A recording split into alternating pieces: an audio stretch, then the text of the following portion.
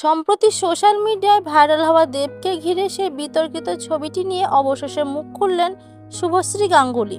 তিনি স্পষ্ট ভাষায় বলেন, সবকিছুর একটা সীমা থাকে।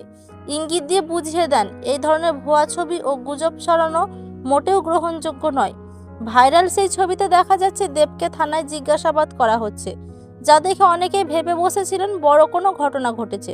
কিন্তু শুভশ্রী এই বিষয়টি নিয়ে ক্ষোভ প্রকাশ করে জানান, একজন মানুষের ইমেজ নিয়ে এভাবে খেলা করা উচিত নয়।